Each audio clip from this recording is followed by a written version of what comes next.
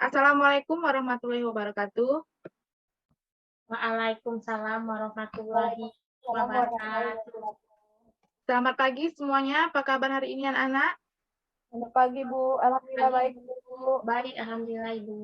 Alhamdulillah. Oke, sebelum kita memulai pembelajaran, marilah kita berdoa menurut agama dan kepercayaan masing-masing. Berdoa dimulai. Berdoa selesai. Baiklah, di sini siapa yang tidak hadir? Hadir semua? Sepertinya hadir semua, Bu. Ya, hadir semua ya. Bagus ya kalau hadir semua. Ya, Nah, Bu. ya. Nah, di sini Ibu seperti biasanya Ibu akan berpantun dahulu. Belajar dengan guru bahasa Indonesia. Setelah itu pulang ke rumah. Sebelum pembelajaran dibuka, mari bersama ucapkan bismillah. Bismillahirrahmanirrahim. Bismillahirrahmanirrahim. Oke, di sini Ibu akan belajar materi yaitu teks berita. Sebelum memasuki materi teks berita, Ibu akan menjelaskan terlebih dahulu tujuan pembelajaran teks berita yaitu melalui kegiatan pembelajaran dengan model quantum teaching, peserta didik dapat memahami pengertian teks berita dengan benar, kemudian mengidentifikasi unsur-unsur teks berita dengan benar, dan merumuskan ringkasan teks berita yang dibaca dengan tepat. Oke. Terlebih dahulu, Ibu share screen dulu PowerPoint tentang teks berita. Jadi kalian harus memperhatikan penjelasan dari Ibu agar bisa memahami untuk materi selanjutnya. Bisa dipahami? Bisa, Bu. Oke, tunggu sebentar ya. Bu. Di sini kita akan belajar tentang materi teks berita. Yang pertama, ada pengertian teks berita, yang dimana pengertian teks berita itu adalah suatu teks yang berisi informasi mengenai suatu hal, kejadian, atau peristiwa yang terjadi dan masih hangat dibicarakan oleh banyak orang. Kemudian, sebuah berita harus berdasarkan fakta, tidak semua fakta diangkat menjadi sebuah berita. Terus, di sini juga ada unsur-unsur teks berita, yang dimana ada 5W plus 1H. Yang pertama, what atau apa, yaitu menjelaskan tentang kejadian atau peristiwa yang diberitakan. Kemudian ada siapa atau who, yaitu siapa saja orang yang terlibat di dalam berita itu. Kemudian ada kapan. Kapan ini menjelaskan tentang kejadian waktu berita, seperti hari ini atau kemarin atau hari Rabu, Senin, Selasa, seperti itu. Kemudian unsur selanjutnya di mana, where, yaitu menjelaskan di mana tempat kejadiannya. Kemudian yang kelima, mengapa atau why, yaitu memuat alasan dan sebab akibat. Biasanya mengapa bisa peristiwa itu terjadi, seperti itu. Kemudian yang terakhir ada bagaimana, yang menjelaskan proses terjadinya peristiwa. Paham? Paham, Bu.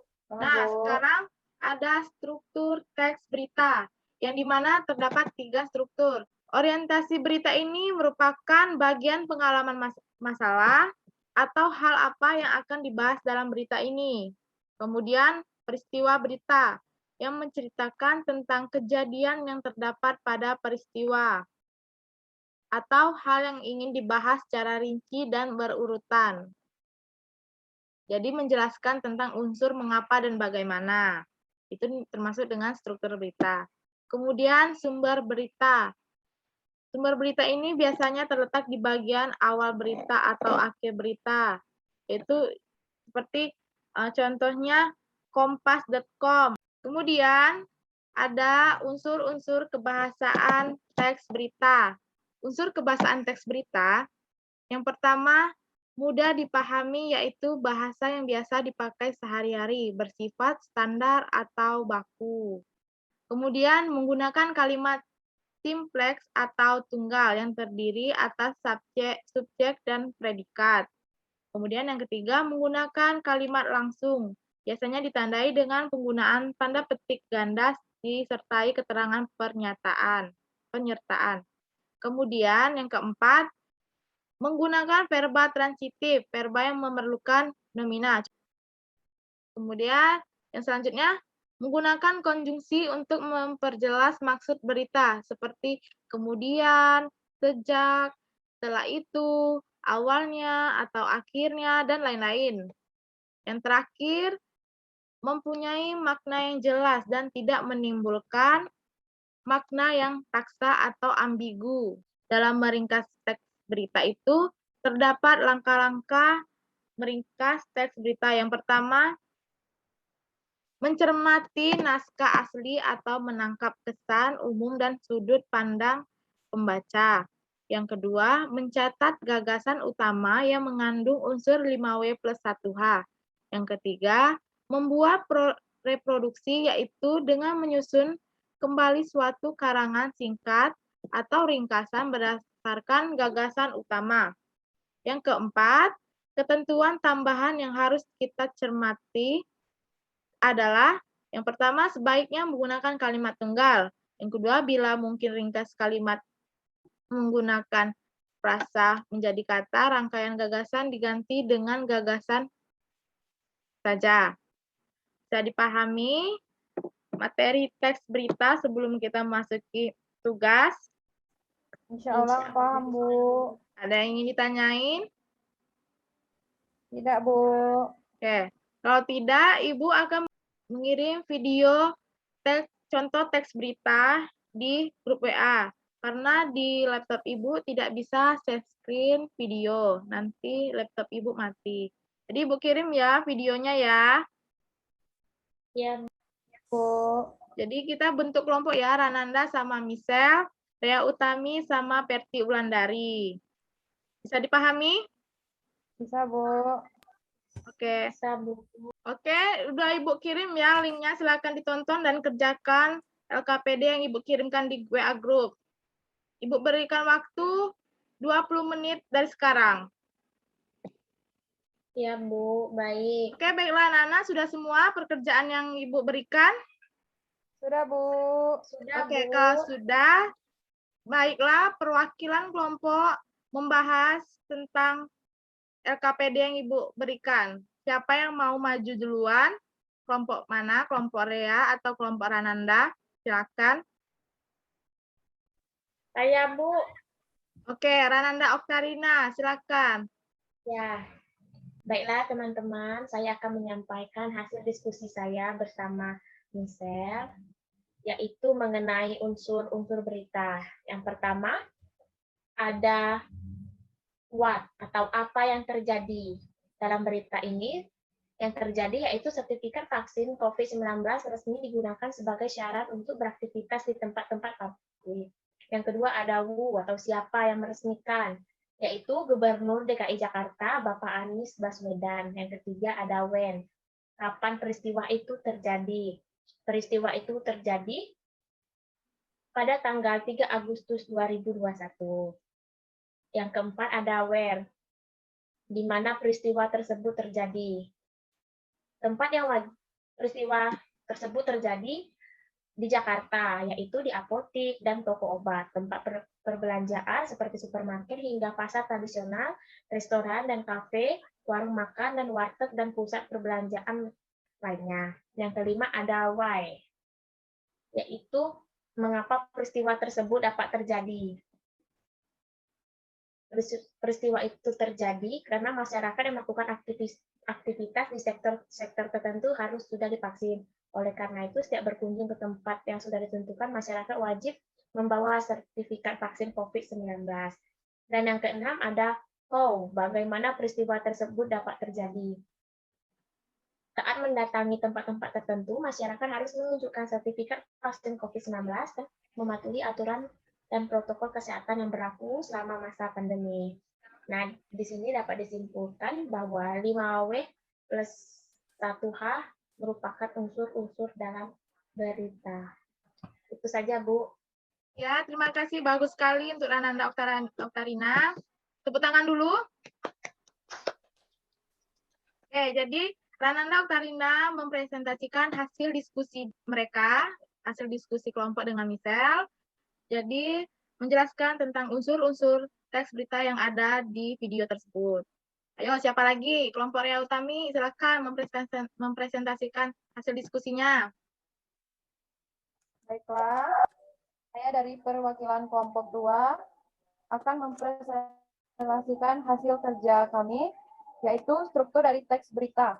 Yang pertama, ada orientasi atau pembukaan teks berita menjelaskan bahwa sertifikat vaksin COVID-19 resmi digunakan sebagai syarat untuk beraktivitas di tempat-tempat publik.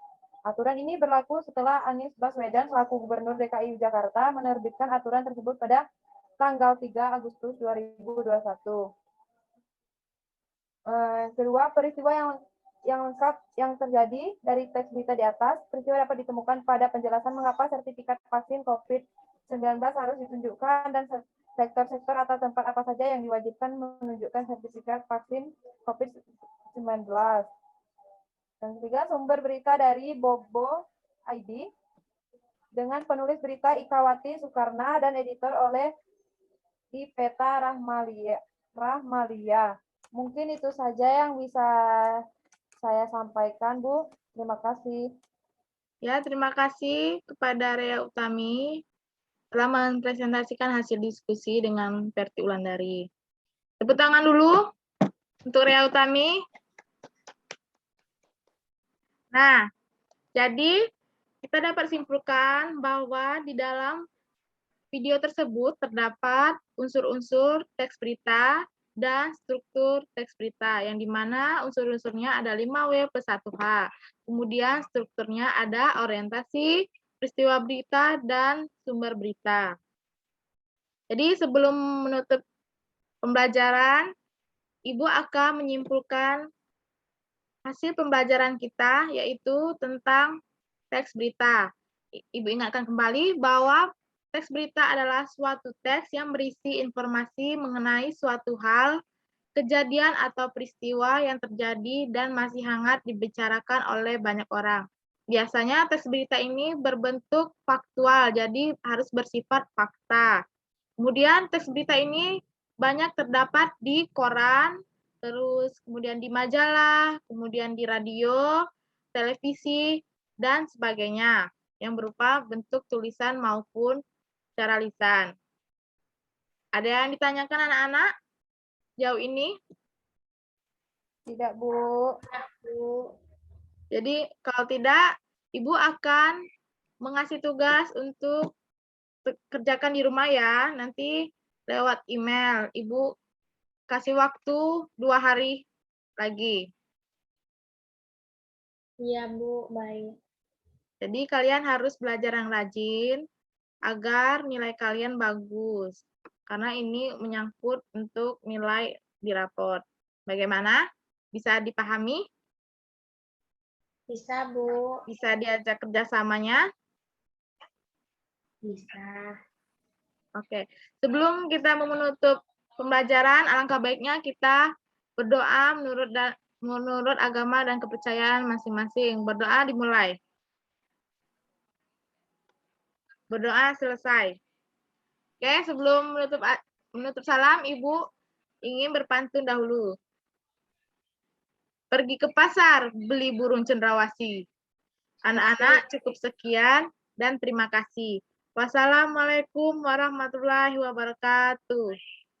Waalaikumsalam warahmatullahi wabarakatuh.